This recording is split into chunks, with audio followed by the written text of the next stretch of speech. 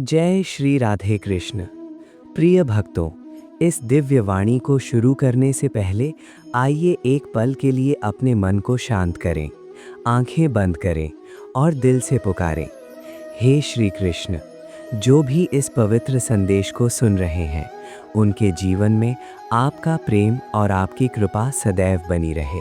उनकी सभी समस्याएं दूर हों और उनके जीवन में भक्ति का प्रकाश फैल जाए। वीडियो सुनने से पहले नीचे कमेंट में अपनी भक्ति व्यक्त करते हुए सिर्फ 2 शब्द लिखें, राधे राधे। क्योंकि जब ये 2 शब्द एक साथ बहते हैं तो एक अद्भुत शक्ति उत्पन्न होती है। चैनल पर आए हैं तो अभी सब्सक्राइब करें ताकि ये दिव्य संदेश सबसे पहले आपके जीवन को स्पर्श कर सके। जय श्री कृष्ण। कभी कभी क्या आपको ऐसा नहीं लगता कि जीवन हाथ से फिसलता जा रहा है? सब कुछ करने के बाद भी कुछ अधूरा रह गया है। मन बेचैन रहता है, हृदय उदास रहता है और भीतर एक गहरा खालीपन महसूस होता है। ऐसे समय में कहीं दूर से एक आवाज़ आती है, मैं हूँ ना, तुम अकेले नहीं हो। और ये आवाज़ किसी और की नहीं बल्कि स्वयं भगवान श्री कृष्ण की होती है। हमारे जीवन में एक समय ऐसा आता है जब हमें समझ नहीं आता कि क्या सही है और क्या गलत, कौन अपना है और कौन पराया, किस रास्ते पर चलना चाहिए और कौन सा निर्णय लेना चाहिए। ठीक उसी तरह जैसे अर्जुन कुरुक्षेत्र की युद्ध भूमि में खड़े थे, लेकिन उनका असली युद्ध उनके मन के भीतर चल रहा था। उनके सामने उनके अपने लोग थे, भाई, गुरु और संबंधी, और उन्हें उन्हीं पर बाण चलाना था। उनके हाथ कांप रहे थे, आंखों से आंसू बह रहे थे और शरीर से शक्ति समाप्त हो रही थी। तब श्री कृष्ण ने शांत स्वर में कहा, तुम उन बातों के लिए शोक कर रहे हो जिनके लिए शोक करना उचित नहीं है। और ये वचन केवल अर्जुन के लिए नहीं बल्कि हम सब के लिए है, आपके लिए, मेरे लिए और हर उस व्यक्ति के लिए जो जीवन में किसी मोड़ पर टूट जाता है। श्री कृष्ण कहते हैं, तुम शरीर नहीं हो, तुम आत्मा हो और आत्मा कभी नष्ट नहीं होती। आज आपने जो कुछ खोला है, धन, नाम, संबंध या सम्मान, ये सब शरीर से जुड़े हुए हैं, लेकिन तुम्हारा वास्तविक अस्तित्व कभी समाप्त नहीं होता। एक बार एक युवक मेरे पास आया। वह बहुत दुखी था। उसकी नौकरी चली गई थी, उसकी प्रेमिका उसे छोड़कर चली गई थी और वह पूरी तरह टूट चुका था। उसने कहा, अब जीने का कोई कारण नहीं है। मैंने उससे पूछा, क्या तुम अभी भी सांस ले रहे हो? उसने कहा, हाँ।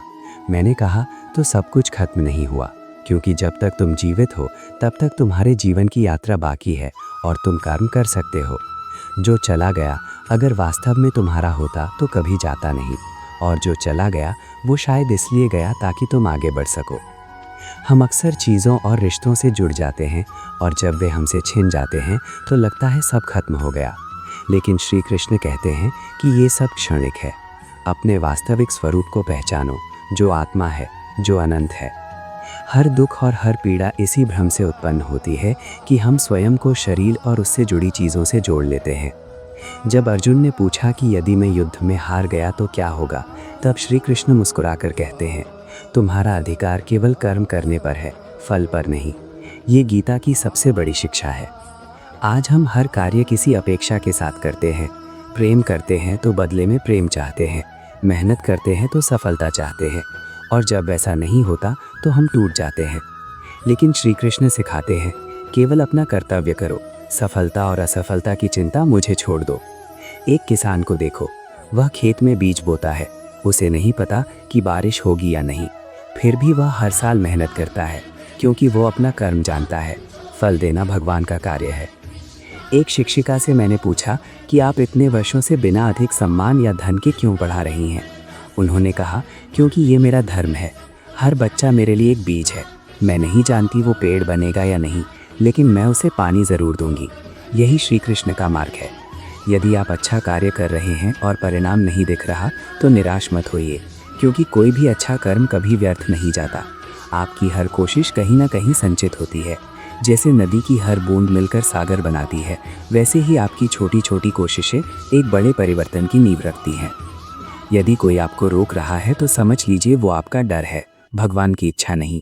क्योंकि श्री कृष्ण स्वयं कहते हैं कि मैं उसी की सहायता करता हूँ जो सच्चे मन से कर्म करता है और मुझ पर विश्वास रखता है।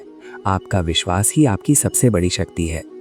कई बार हमें लगता है कि हम अकेले हैं और सब कुछ हमारे ऊपर है, लेकिन याद रखिए, जब अर्जुन टूट गए थे तब स्वयं भगवान उनके सारथी बनकर उनके साथ खड़े थे। आज भी यदि आप डर रहे हैं तो आंखें बंद करके कहिए जय श्री कृष्ण, और आप महसूस करेंगे कि कोई अदृश्य शक्ति आपका मार्गदर्शन कर रही है।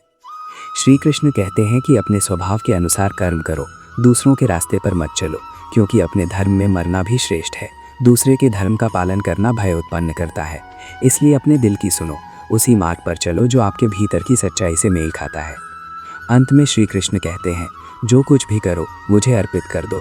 यदि तुम हर कार्य भगवान को समर्पित करोगे तो तुम कभी गलत नहीं कर पाओगे। और जब जीवन में कठिन समय आए तो याद रखो, जो हुआ अच्छा हुआ, जो हो रहा है अच्छा हो रहा है, और जो होगा वो भी अच्छा ही होगा, क्योंकि भगवान की योजना हमारी समझ से कहीं बड़ी होती है। इसलिए धैर्य रखो, विश्वास रखो और आगे बढ़ते रहो, क्योंकि जब तक तुम प्रयास कर रहे हो तब तक हार नहीं सकते। और याद रखो, तुम अकेले नहीं हो, श्री कृष्ण हर पल तुम्हारे साथ हैं।